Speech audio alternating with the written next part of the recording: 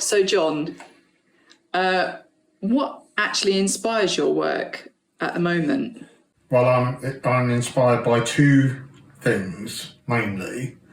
The first one is our surroundings in Hampshire where we live. The fact that we're surrounded by countryside, but it's also cut through with the River Test. So I'm inspired by the look of the countryside and also the animals and the flora and fauna that you find in this location. I like to try and try and print things like hedgerows and fields and rivers and things like that. And I think I've done some of that stuff before with my Flow and Furrow series, and it's something that I'm going to continue working on.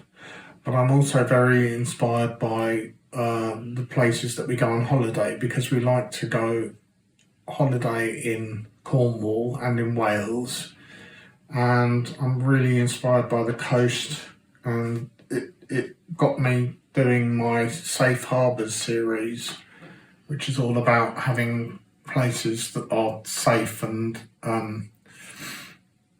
nestled in amongst rocks with harbours and houses. And I'm very inspired by the coast of Cornwall and Wales and anywhere else that we might go to. So you were saying about being inspired by the coast and the surroundings that we live within. What about the colours that you use? Because quite often the colours that you use are not entirely representative of the things that you're featuring. For example, boats, rocks, stuff like that. So where does your colour inspiration come from? I don't know exactly where my colour inspiration comes from, but I noticed that I started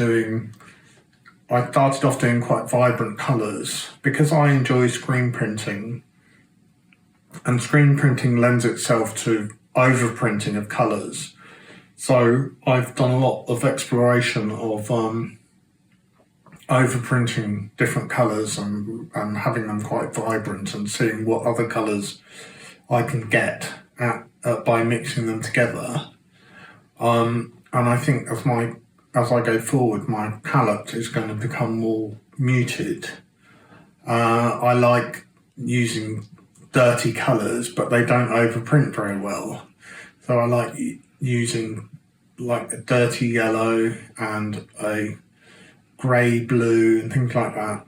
And there are colours that keep reappearing in my prints.